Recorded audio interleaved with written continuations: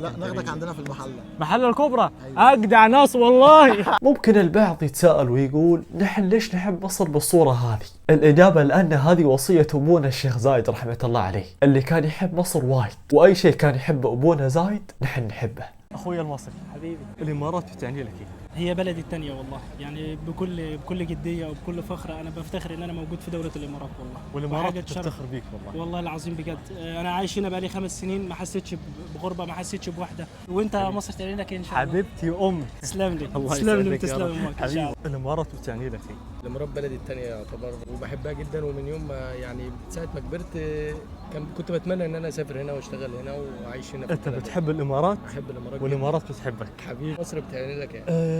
سمعت حسين القسمي لما يغني اه يا حبيبتي وامي وزي ما اقول الراجل ده مصري تاني.